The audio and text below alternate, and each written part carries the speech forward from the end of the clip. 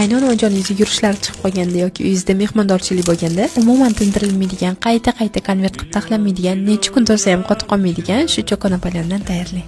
Retseptni olish uchun bir dona like bosib, albatta obuna bo'lib qo'ying. Muzxonada turgan margarin bilan unni kroshka qilib, kakao bilan aralashtiramiz. Alohida idishda muzli suv bilan tuxumni atalab, quruq massaga qo'shib, qattiq mushlamasdan shunchaki o'rtaga yig'ib, silliq bo'lmagan xamir qoramiz. Tayyor xamirni teng 8 bo'lakka bo'lib, dist baravar qilib yoyib, chetlarini kesib, vilka sanchib 180 gradusda 7-8 minut davomida pishirib olamiz. Men yarim list Napoleon tayyorlaganim uchun xamirni 8 emas, 4 ta bo'lakka bo'ldim. Go'shtlarim pishgunigacha ham qo'limni suvga urmasdan, belimni charchatmasdan, o'zi yuvib, o'zi siqib beradigan Vileda turbo shvabralari bilan qo'llarimni yaraqlatib artib oldim. Uchidagi yechiladigan nasatkasidan ikkita qilib qo'yganim uchun podez artishga ham umuman qiynalmayman. Shahrimiz do'konlaridan tashqari Uzum Market va Instagram orqali zakaz bersanglar ham bo'ladi. Ko'rshlarimiz ham tayyor. Krem uchun sifatli sariyog bilan shokoladni mikrovolnovkada eritib olamiz. Ustidan sgushonnoye moloko va kakaoni qo'shib aralashtirsak, mazali kremimiz ham tayyor bo'ladi. Oralarga krem surib, ustma-ust yig'ib, ustiga kroshka sepib, ozgina bosib, dasturxonga tortsak ham bo'ladi.